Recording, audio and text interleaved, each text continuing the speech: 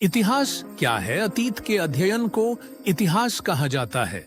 अंग्रेजी शब्द इतिहास ग्रीक शब्द हिस्टोरिया से लिया गया है, जिसका अर्थ है अनुसंधान, पूछताछ या जांच। ग्रीक इतिहासकार हेरोडोटस 484 ईसा पूर्व 425 ईसा पूर्व दुनिया के पहले वास्तविक इतिहासकार थे। उन्होंने केवल एक पुस्तक दे हिस्टोरिज 430 ईसा पूर्व लिखी। दे हिस्टोरिज ग्रीको फारसी ग्रीक ईरानी युद्धों की पृष्ठभूमि और घटनाओं का वर्णन करता है। रोमन दार्शनिक सिसेरो 106 ईसा पूर्व 43 ईसा पूर्व ने सबसे पहले हेरोडोटस को इतिहास का पिता कहा।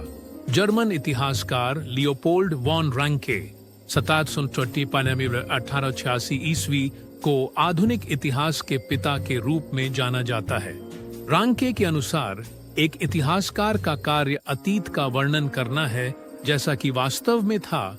वी इज एंगेंटलिच गेवेसिन जर्मन शब्द भाट इट द बीचिच पास्ट वास्तवली था अंग्रेजी अनुवाद। जर्मन दार्शनिक और थीसिस एंटीथेसिस सिंथेसिस सिद्धांत के प्रस्तावक हेगेल 1770 और 31 ईस्वी ने एक बार कहा था, इतिहास दोहराता है। बाद में जर्मन अर्थशास्त्री और दार्शनिक कार्ल मार्क्स 1883 ईस्वी ने इस पंक्ति का विस्तार किया।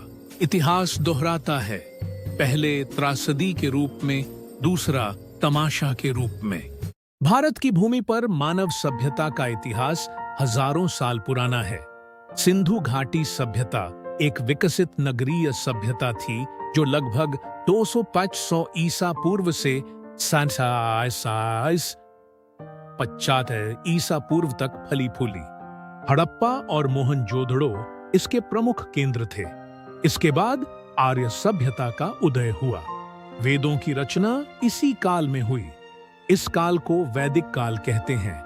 महाजनपद काल में कई छोटे छोटे राज्य उभरे, जिनमें मगध सबसे शक्तिशाली था। मौर्य साम्राज्य के तहत भारत ने एक विशाल साम्राज्य का रूप लिया। अशोक महान के शासनकाल में बौद्ध धर्म का प्रचार प्रसार हुआ। इसके पतन के बाद गुप्त साम्राज्य ने भारत में एक स्वर्ण युग की स्थापना की। मध्यकालीन भारत गुप्त साम्राज्य के पतन के बाद भारत में कई छोटे छोटे राज्यों का उदय हुआ। इस दौरान तुर्क और अफगान शासकों ने दिल्ली सल्तनत की स्थापना की। मुगल साम्राज्य बाबर के नेतृत्व में स्थापित हुआ। अकबर, जहांगीर और शाहजहां के शासनकाल में मुगल साम्राज्य अपने चरम पर पहुंचा। ताजमहल, लाल किला और अन्य ऐतिहासिक स्मारक इस काल की विरासत है। आधुनिक भारत 18वीं शताब्दी में ब्रिटिश ईस्ट इंडिया कंपनी ने भारत में व्यापार शुरू किया और धीरे धीरे अपनी सत्ता का विस्तार किया।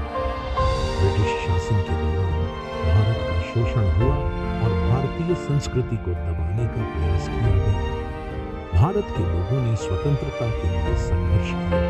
महात्मा गांधी के नेतृत्व में अहिंसक आंदोलनों ने ब्रिटिश साम्राज्य को चुनौती दी। अंततः 19